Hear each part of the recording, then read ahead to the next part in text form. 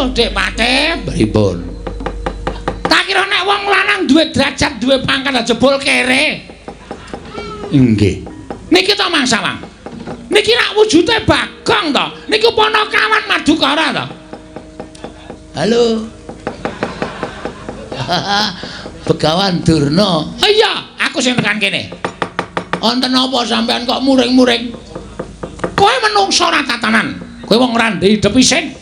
Kowe ora ngilo karo githokmu. Kena apa kowe mapan ning negara Ngastina? Kena apa mapan ning taman?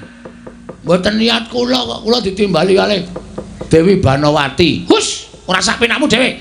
Gusti Ayu nyebute. Gusti Ayu apa? Dewi Banowati niku saniki pun nuwun sewu mengungkapkan rasa cintanya kepada Aye. Aye dengkulmu meloncat ora? Karepe piye? Mang takon dhewe. Yayi, wonten dawuh Kang Mas. Lho, rungokke. Rungokke. Aku tekan kene sing dawuh sapa? Kula. Terus aku nginep sesasi iki sing dawuh sapa? Kula. Nang kene aku sing ngladri sapa? Kula. Rungokke. Lho.